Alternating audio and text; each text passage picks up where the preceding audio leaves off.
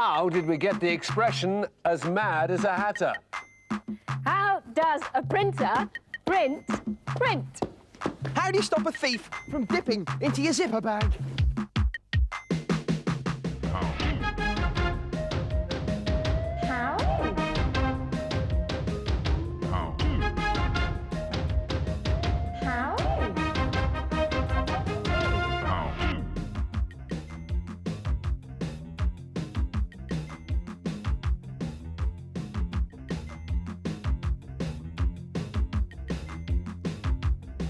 How?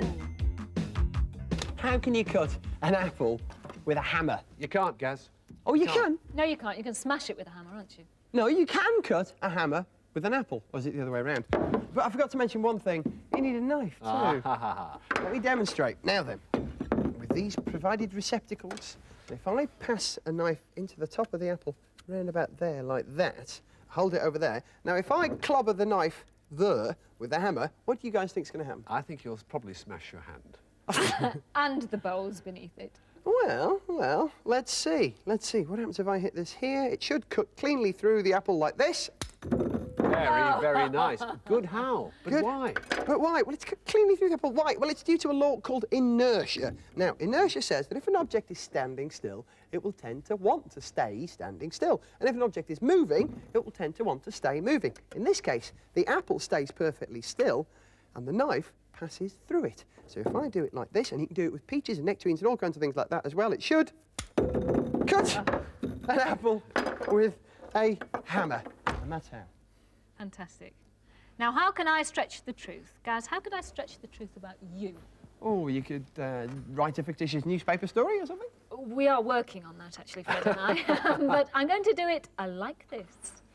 Oh, that is very disturbing. Right. Now, I'm going to spin you around electronically so that you go back to normal. Oh, this comes as a great relief to me. Well, as normal as you're ever likely to look, Gaz, admittedly. Now, a picture like that, which is only normal if viewed in one particular way, is known as an anamorphic picture. And anamorphic pictures crop up all over the place, like here. Look at this bicycle, which would be painted on a road in a cycle lane. Now, it looks normal as you cycle up to it, but for it to look normal, it has to be painted anamorphically like this. And like this, it looks very strange indeed. Now, anamorphic pictures aren't new. This painting is over 400 years old, and it's of Prince Edward VI. It isn't a particularly flattering portrait, but you're supposed to see it as you walk down a very narrow corridor. And if you do that, he looks perfectly That's all right. ingenious, isn't it? It is, very clever. OK, now you've learned the tricks of the trade, I'm going to give you a test. OK. I want you to tell me what this anamorphic picture is of. It's something to do with the Mona Lisa. Woman on a staircase. Nope. The clue No? is to look at it through a cylindrical mirror. And if you do that, you can see it's a picture of a galleon. There is the bow, the keel, and the stern. And she, the lady, has gone. She's gone, because I've covered her up with the mirror. All right, this is my favourite. This is my pièce de résistance. What on earth is this? I think it's something to do with cricket. I reckon it's going to be a spiral or something. A spiral. Getting there. The clue, again, is a mirror, and this time it's a conical mirror. But you have to view it right from the top.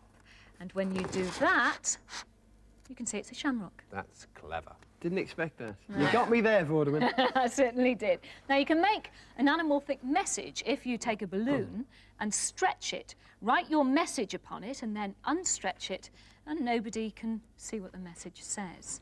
But if you stretch it again, you can read it. And that is how I can stretch the truth. How did the Mad Hatter get his name? You know the Mad Hatter in Alice in Wonderland. You know the expression as mad as a hatter. How did we get it? I'll tell you how. First of all, though, chaps, put on your felt hats, because the answer lies in the felt. How do you make felt? Quick 15-second Fred Howe. Water. Washing up liquid. Wool fibres in the water. Get them moist. Apply pressure. Instant pressure. Powerful, powerful pressure. Follow that up with heat. tremendous heat.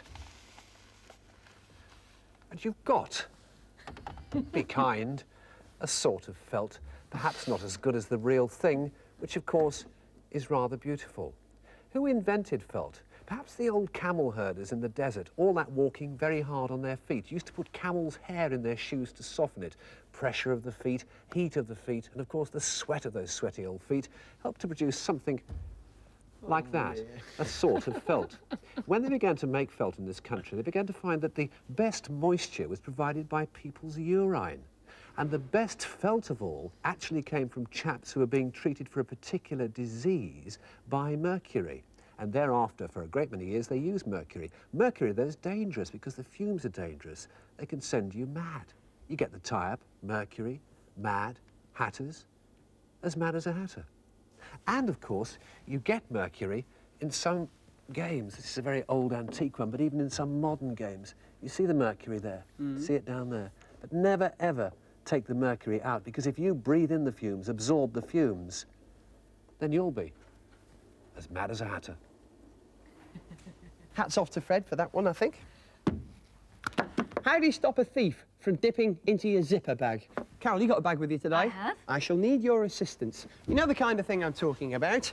The sort of zipper bag that you might use to carry your school things, your sports things to school, or you might take everything on holiday with you. Carol, this is your bag. It is, yes. Got all my stuff in, and it has the padlock Safely locked. to stop you from getting into it. I shall do exactly that. Get right into it. Turn around and count to 10. Okay. Let's start with 1, and 2, and 3, and 4, and 5, and 6, and 7, and 8, and 9, and 10. Now then, check your bag again. Are there any holes in it? Has that padlock been undone or anything like that? Well, it looks untouched because the padlock is exactly as it was, but I know you've been in it because all my stuff's out. Where did I get all this from? In there? How did I do it? That is my holiday sledgehammer. I take it everywhere. Holiday sledgehammer? Yes. Let me show you how I did this. The reason you can get into the bag is because the zip is actually flexible. All you have to do is, even when it's padlocked together like this, is separate it like that. And you can create a big enough hole to get out. That's awful. It's terrible. Anyone can do it with any bag. But I have here the answer to your solution. Sit down and I'll explain how to prevent people from getting into your bag. Now, like I said, the reason why you can get into these bags is that the zip is indeed flexible. So what you have to do is to stop that zip from being flexible. And you do this by sewing into the bag a sleeve like this. You sew it in alongside the zip. And into that sleeve, you slide a metal or an aluminium rod. Sew it up at the end. And then you sew in 2 rings, right about the centre there like that, which you pass the zip tag through like this. Bring the other zip tag over to the centre. So, open up your padlock, pop your zip on like that, close it up, throw away the key, and now nobody can get into that bag. You just cannot separate it. And that's how you stop a thief from stealing your holiday sledgehammer. How do fish go down and up? Basically because of the very clever way they've been designed. You see, if fish had been designed like a ping-pong ball, they'd just float on the surface. If, on the other hand, they'd been designed like a stone, then they'd simply sink to the bottom. But many fish have got inside them a sort of balloon known as a swim bladder, and it's full of all sorts of gases. When they want to go down to the bottom, they release some of those gases. When they want to climb back up to the top, they put them back in. That's more or less how they do it. And you can actually show that, excuse me a second, by a plastic bottle full of water, and in it is an eyedropper, and you can see the black mark which shows where the water level is now. If I squeeze the bottle very tight, I'll compress the air inside the eyedropper, and down it will go to the bottom because I'll lower the buoyancy. Like some submarine noises, please, Gaz. Down we go, pressing, pressing, pressing to the bottom. When I release it, up it comes again. That's how, and that's also, in a way, how a submarine works. Not all fish have got swim bladders, though, No, they don't. Quite a few fish don't. Minor members of the shark family we've got in here, they sink to the bottom because of their weight, and the only way they can climb is by using the power of their fins and their tail. That's how. How glamorous is a safety pin? Not very glamorous at all. No, definitely not glamorous. Ah, but you are wrong. For look at this. Look at all this jewellery here. Isn't that beautiful? All that is made from safety pins and beads. And I think that's pretty glamorous. And I'll show you exactly how to do it. You start off with a standard size safety pin, right? Take a safety pin, then take a bead, the kind of thing you can pick from haberdashers in the shop, sewing shop in town. Mount your, I was going to say apple, but mount your bead onto the safety pin like that. Various beads in various colours in a line like that, so you've got a fixed order. Then take your safety pin and mount it on something. Fred, do you have something? I do.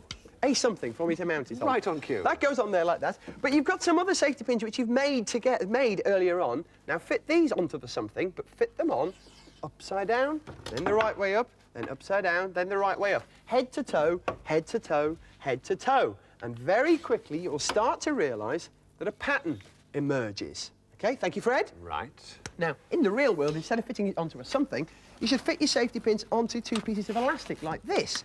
And look at that.